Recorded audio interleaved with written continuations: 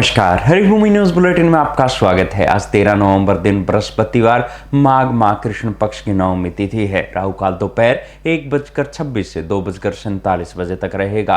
आज हरियाणा में मौसम शुष्क और मुख्य रूप से धूप वाला रहने का अनुमान है। अब नजर डालते हैं आज के प्रमुख हेडलाइंस पर। फरीदाबाद में खड़ी मिली डॉक्टर उमर नबी की दूसरी कार 2 साल से विस्फोट जमा कर रही थी। डॉक्टर शाहीन देश में माल रेलवे स्टेशन उड़ाने की थी साजिश। सरकार ने दिल्ली ब्लास्ट को माना आतंकी घटना। मोदी ने सुरक्षा मामलों की कैबिनेट मीटिंग में बैठक ली। गृह मंत्री अमित शाह, रक्षा मंत्री राजनाथ सिंह के साथ एनएसए भी हुए शामिल। इस्लामाबाद बम विस्फोट के बाद श्रीलंकाई टीम ने छोड़ा पाकिस्तान।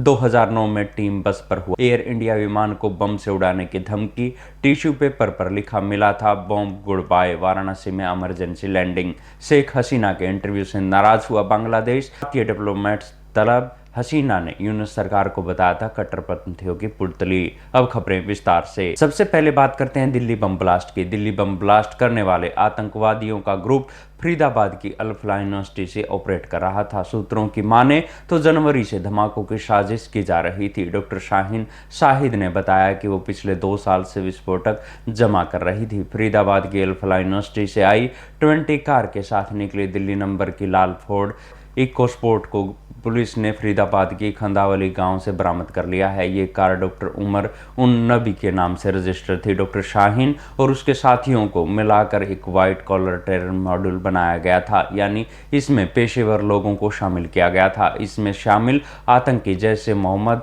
और अंसार गजावत उल हिंद नाम के संगठनों से जुड़े हुए थे। दिल्ली ब्लास्ट को अंजाम देने वाले आतंकवादियों ने देश भर में 200 बम से 26/11 जैसे हमले की साजिश रची थी। आतंकवादियों के निशाने पर Lal Qila, India gate, constitution club और गौरी शंकर मंदिर जैसे स्थानों के साथ गुरुग्राम और फरीदाबाद के साथ देश भर के रेलवे स्टेशन और बड़े मॉल में भी धमाके करने की साजिश थी। जांच एजेंसियों का कहना है कि वे धार्मिक स्थलों पर हमला कर देश में सांप्रदायिक तनाव फैलाना चाहते थे। इसके लिए उन्होंने कश्मीर के पुलवामा, शोपिया और अनंतनाग के डॉक्टरों को चुना ताकि वे बिना रोक टोक कहीं भी जा सके। दिल्ली ब्लास्ट के बाद फरीदाबाद की अल्फला यूनिवर्सिटी में तीसरे दिन भी सुरक्षा एजेंसियों की जांच जारी रही। सोमवार शाम को हुए दिल्ली ब्लास्ट में मरने वालों की संख्या 12 पहुंच गई है तथा दर्जनों लोग अब भी अस्पताल में उपचाराधीन है। अब बात करते हैं दिल्ली ब्लास्ट के बाद सरकार के एक्शन की। केंद्र सरकार ने दिल्ली ब्लास्ट को आतंकी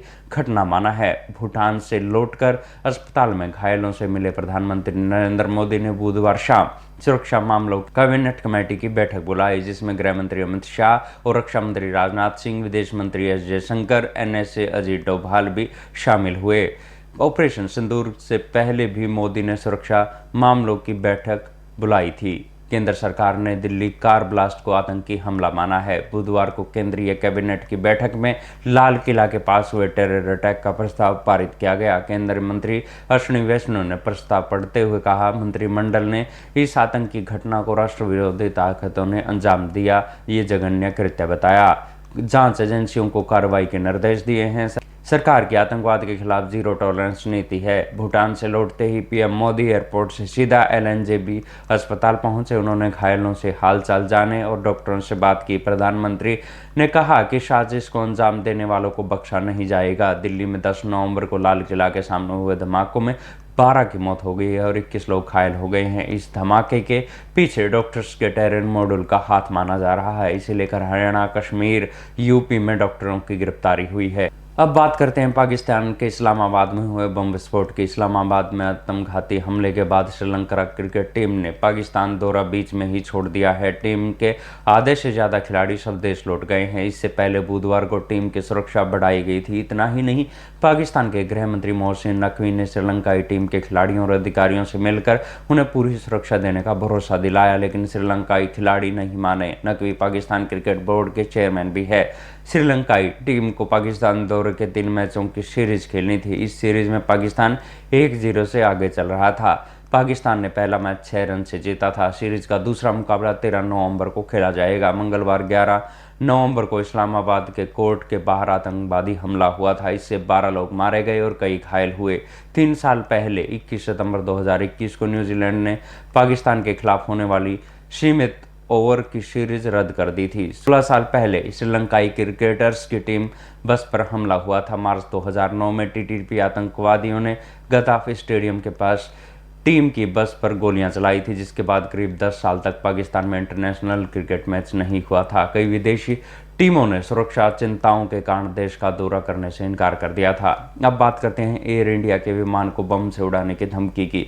मुंबई से वाराणसी आ रही एयर इंडिया एक्सप्रेस की फ्लाइट को बम से उड़ाने की धमकी मिली। इसके बाद तत्काल फ्लाइट को वाराणसी लाल बहादुर शास्त्री इंटरनेशनल एयरपोर्ट पर इमरजेंसी लैंडिंग कराई गई। सुरक्षा एजेंसियों के अधिकारी और बम स्क्वाड तुरंत मौके पर पहुंचे। सभी यात्रियों को सुरक्षित उतारा गया। जांच के दौरान फ्लाइट में टॉयलेट में एक टिश्यू पेपर मिला जिसमें लिखा हुआ था bomb good bye. Director Puneet Gupta ने बताया कि बुधवार दोपहर 3:38 बजे एयर इंडिया एक्सप्रेस की फ्लाइट 1X1,23 मुंबई से वाराणसी आ रही थी। तभी कोलकाता एयर ट्रैफिक कंट्रोल को इस फ्लाइट पे बम होने की सूचना मिली। ये सूचना खुद फ्लाइट के क्रू मेंबर ने दी थी। तब तक ये फ्लाइट वाराणसी से हवाई सीमा के नज़दीक थी। कोलकाता एटीएस ने तत्काल वाराणसी एटीएस को सूचना दी। 4:18 बजे एयरपोर्ट प्रशासन ने तुरंत इमरजेंसी प्रोटोकॉल लागू किया। वाराणसी एयरपोर्ट एरिया में विमान होने के चलते टर्मिनल 1 पर इमरजेंसी लैंडिंग करवाई गई। उसे पार्किंग में खड़ा करवा दिया गया।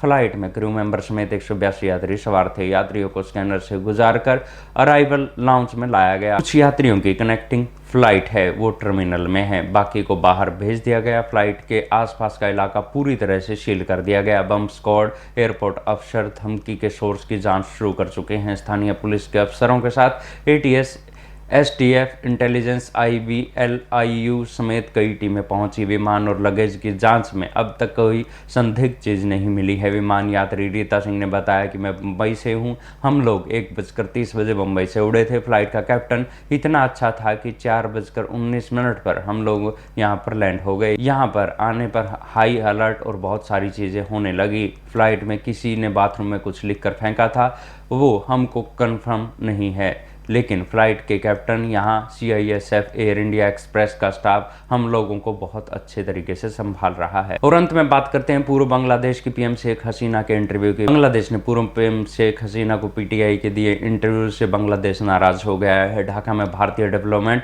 तलब कर अपनी नाराजगी दर्ज कराई है। इंटरव्यू में हसीना ने बांग्लादेश PM यूनुस पर आरोप लगाते हुए कहा था कि यूनुस सरकार कट्टरपंथियों के भरोसे चल रही है। यूनुस की भारत विरोधी नीति बेवकूफाना और खुद को नुकसान करने वाली है। हसीना ने कहा कि उनकी वतन वापसी तभी संभव होगी जब लोकतंत्र बहाल होगा, अवामी लीग पर इससे प्रतिबंध हटेगा और स्वतंत्र और निष्पक्ष चुनाव होंगे। हसीना ने कहा कि मोहम्मद यूनुस एक कमजोर, अराजक और चरमपंथियों पर निर्भर नेता है। हसीना ने स्वीकार किया कि पिछले हुए तख्तापलट पर हम हालात पर नियंत्रण खो बैठे थे और ये दुर्भाग्यपूर्ण था। प्रदर्शन को भड़काने में कुछ तथाकथित छात्र नेताओं की भी भूमिका रही जो असल में राजनीतिक कार्यकर्ता थे। उन्होंने कहा कि भारत हमेशा से बांग्लादेश का सबसे अहम अंतर्राष्ट्रीय साझेदार रहा है। मुझे उम्मीद है कि दोनों देशों के मजबूत रिश्ते मौजूदा अंतरिम सरकार की नीतियों से प्रभावित नहीं होंगे। हसीना ने कहा कि वर्तमान अंतरिम सरकार बांग्लादेश के लोगों की सोच को नहीं दिखाती है। भारत हमारे देश का सबसे बड़ा दोस्त है और रहेगा। यूनुस सरकार भारत से संबंध खराब करने और चरमपंथी ताकतों को बढ़ावा देने का प्रयास कर रही है। यूनुस के कूटनीतिक कदम नासमझी भरे और आत्मघाती है। हसीना ने अगले साल फरवरी में होने वाले चुनावों के बहिष्कार की अपील के दावों को झूठा बताते हुए कहा कि अगर अवामी लीग को चुनाव से बाहर रखा गया तो वो चुनाव वैध नहीं माने जाएंगे। करोड़ों लोग हमारा समर्थन करते हैं, इसलिए देश को एक ऐसा नेतृत्व चाहिए जो जनता की सहमति से चले। ऐसी ही खबरों से जुड़े रहने के लिए देखते रहिए हरिभूमि टीवी और अधिक खबरों को विस्तार से जानना है तो हरिभूमि अखबार पढ़े या हरिभूमि की वेबसाइट पर